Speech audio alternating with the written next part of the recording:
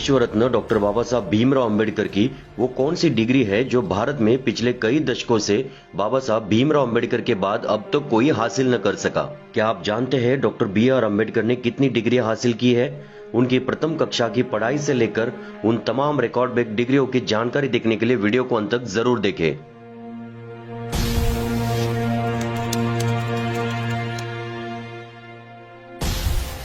Doctor Ambedkar ने भारतीय संविधान की रचना में प्रमुख भूमिका निभाई है। इसी के साथ उन्होंने अपनी विद्वत्ता की छाप समाज के हर क्षेत्र पर छोड़ी है। अधिकतर लोग डॉक्टर अंबेडकर को केवल भारत के संविधान निर्माता के रूप में जानते हैं और कुछ लोग उन्हें एक दलित नेता के रूप में जानते हैं, परंतु यह पूरा परिचय नहीं है, ये तो अंशमात्र परिचय है।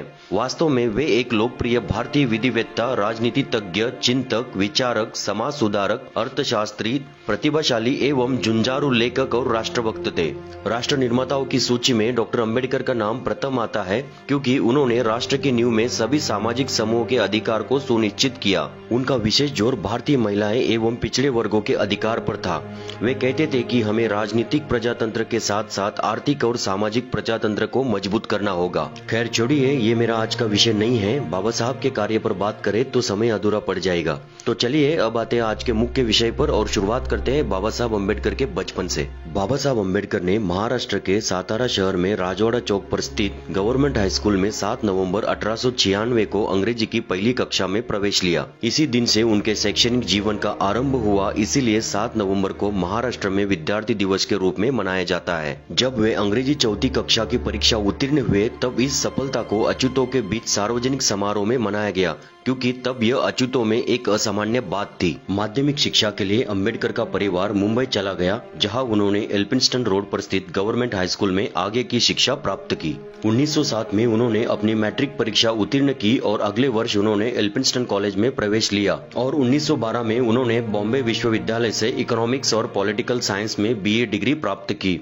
इस स्तर पर शिक्षा प्राप्त करने वाले अपने समुदाय से वे अकेले व्यक्ति थे। इसके बाद वे बड़ौदा राज्य सरकार के साथ काम करने लगे और आगे 1913 में अंबेडकर 22 साल की आयु में अमेरिका चले गए, जहां उन्हें बड़ौदा के महाराज सयाजीराव गायकवाड़ द्वारा स्थापित एक योजना के तहत न्यूयॉर्क शहर स्थित कोलंबिया विश्वविद्यालय में शिक्षा का अवसर प्रदान हुआ। बड़ौदा सरकार द्वारा उन्हें 3 साल के लिए छात्रवृत्ति प्रदान की गई थी। सन 1915 में बाबा साहब ने कला शाखा से MA परीक्षा पास की, जिसमें मुख्य विषय अर्थशास्त्र था और उनका research thesis ancient Indian commerce यानी प्राचीन भारतीय वाणिज्य था। इसी के साथ बाबा साहब ने सोशल साइंस, एंथ्रोपोलॉजी, हिस्ट्री और पाली जैसे विषयों का भी अध्ययन किया। सन 1916 में दूसरा रिसर्च थीसिस प्रस्तुत किया, national dividend of India, A historic and analytical study. इसी के साथ 1916 में ही तीसरा research thesis evolution of provincial finance in British India प्रस्तुत किया। बाबा साहब के इस संशोधन के लिए उन्हें कोलंबिया यूनिवर्सिटी ने 1916 में PhD इन इकोनॉमिक्स से सम्मानित किया। इस डिग्री के बाद डॉक्टर बाबा साहब भीमराव अंबेडकर के नाम के आगे मानद डॉक्टर की उपाधि के कारण उन्हें भारत में उच्च शिक्षित व्यक्तित्व से पहचान मिली। बाबा साहब को 3 वर्ष तक की अवधि के लिए मिली हुई छात्रवृत्ति का उपयोग उन्होंने केवल 2 वर्षों में अमेरिका में पाठ्यक्रम पूरा करने में किया और 1916 में वे लंदन गए, क्योंकि बाबा साहब की पढ़ने की भूख अभी थमी नहीं थी। बाबा साहब ने लंदन स्कूल ऑफ इकोनॉमिक्स में प्रवेश लिया, जहाँ उन्होंने अर्थशास्त्र में पोस्ट डॉक्टरेट की थीसिस पर काम करना शुरू किया। लेकिन जून 1917 में विवश होकर उन्हें अपना अध्ययन अस्थायी तौर पर बीच में ही छोड़कर भारत लौटना पड़ा, क्योंकि बड़ौदा राज्य से उनकी छात्रवृत्ति समाप्त हो गई थी।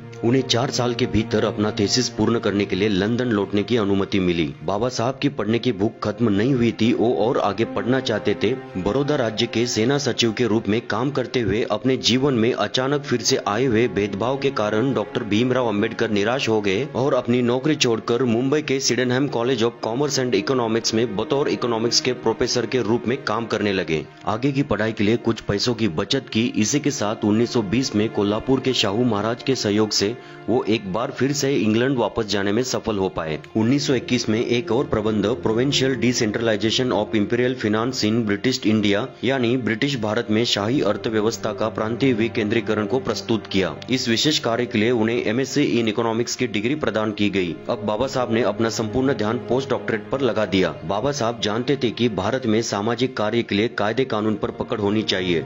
इसीलिए उन्होंने लंदन के ग्रेज इन कॉलेज में बैरिस्टर की पार्ट टाइम पढ़ाई के लिए एडमिशन लिया। 1922 में उन्हें ग्रेज इन कॉलेज ने बार एट लॉ की डिग्री प्रदान की और उन्हें ब्रिटिश बार में बैरिस्टर के रूप में प्रवेश मिल गया। हालांकि ज्यादातर लोग बाबा साहब को बैरिस्टर के पेशे से ही जानते हैं, लेकिन बैरिस्टर की डिग्री बाबा साहब ने अर्थशास्त्र के पढ़ाई के साथ पार्ट टाइम हासिल की हुई डिग्री है। वैसे तो 1922 में ही बाबा साहब ने पोस्ट डॉक्टरेट के लिए प्रबंध प्रस्तुत किया, द प्रॉब्लम ऑफ रूपी, its origin and it's solution, यानी रुपयों की समस्या, इसकी उत्पत्ति और इसका समाधान, जिसमें अंग्रेजों की गलत आर्थिक नीतियों पर आक्रामक हमला किया और इसी के कारण उनके प्रबंध को मान्यता नहीं मिली। लेकिन बाबा साहब की विद्वत्ता के सामने हार मानते हुए उन्हें अगले साल 1923 में इकोनॉमिक्स में डॉक्टर ऑफ साइंस की डिग्री से सम्मानित किया गया। अध्ययन पूर्ण कर भारत वापस लौटते हुए भीमराव अंबेडकर 3 महीने जर्मनी में रुके, जहां बॉन विश्वविद्यालय में उन्होंने अर्थशास्त्र का अध्ययन किया। अब बाबा Saheb Bhimrao Ambedkar BA, MA, PhD, MSc, DSc और बार एट लॉ जैसे 6 डिग्रियों के साथ भारत के सबसे प्रतिभाशाली विद्वान बन गए थे। इतनी सारी डिग्रियां अन्य किसी भारतीय नेता के पास भी नहीं थी। सन 1896 से लेकर 1923 तक 27 साल बाबा साहब ने अपना जीवन सिर्फ पढ़ाई में लगा दिया, जो किसी आश्चर्य से कम नहीं। कोलंबिया और उस्मानिया विश्वविद्यालय ने 1950 के बाद तीसरी और चौथी डॉक्टरेट LLD और D.Litt से बाबा साहब को सम्मानित किया है। अब आते हैं मुख्य सवाल पर, बाबा साहब अम्बेडकर की वो कौन सी डिग्री है जो आज तक किसी भी भारतीय को हासिल करने नहीं आई? तो इसका जवाब है सन 1923 में बाबा साहब को मिली doctor of science in economics की डिग्री। जी हाँ, 1923 से लेकर आज तक 100 सालों में किसी भी भारतीय को DSc इन इकोनॉमिक्स की डिग्री हासिल करने नहीं आई।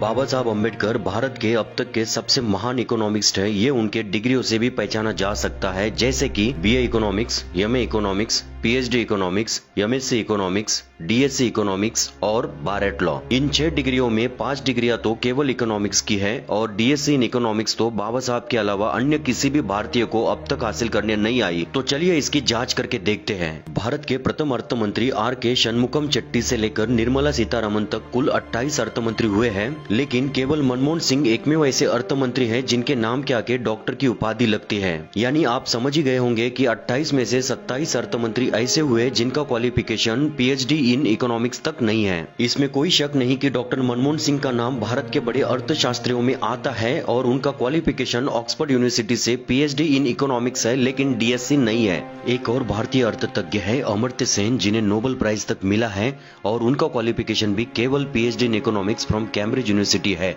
DSc नहीं है। भारत में इकोनॉमिक्स में सबसे बड़ी पोस्ट भारतीय रिजर्व बैंक के गवर्नर की मानी जाती है। रिजर्व बैंक के प्रथम गवर्नर सर ओसबोर्न स्मिथ से लेकर शक्तिकांत दास तक कुल 25 गवर्नर हुए हैं। शुरुआती दौर में ज्यादातर गवर्नर इंडियन सिविल सर्विस पास भारतीय ही बनते थे, लेकिन 1977 में डॉक्टर I.G. पटेल प्रथम PhD होल्डर रिजर्व बैंक के गवर्नर बने। इसके बाद 11 गवर्नर ऐसे हुए जिनके नाम के आगे डॉक्टर की उपाधि लगती है, लेकिन उन सभी गवर्नर का क्वालिफिकेशन भी केवल PhD इन इकोनॉमिक्स है। 25वें गवर्नर शक्तिकांत दास का क्वालिफिकेशन तो मास्टर इन इकोनॉमिक्स तक नहीं है, वे इतिहास के मास्टर ऑनर्स हैं। प्लानिंग कमीशन ऑफ इंडिया के अब तक कुल 25 डेप्यूटी चेयरमैन हुए हैं, लेकिन इनमें से किसी का भी qualification doctor of science in economics नहीं है। सन 1923 में बाबा साहब अम्बेडकर ने डॉक्टर ऑफ साइंस की डिग्री हासिल की, जो केवल उनके नाम पर दर्ज है, जिसे 2020 तक पिछले 97 सालों तक कोई भी भारतीय हासिल नहीं कर सका। डॉक्टर बाबा साहब अम्बेडकर भारत के अब तक के सबसे महान अर्थतज्ञ थे, इसीलिए उनके अन्य कार्यों में भी इसका प्रभाव दिखता है।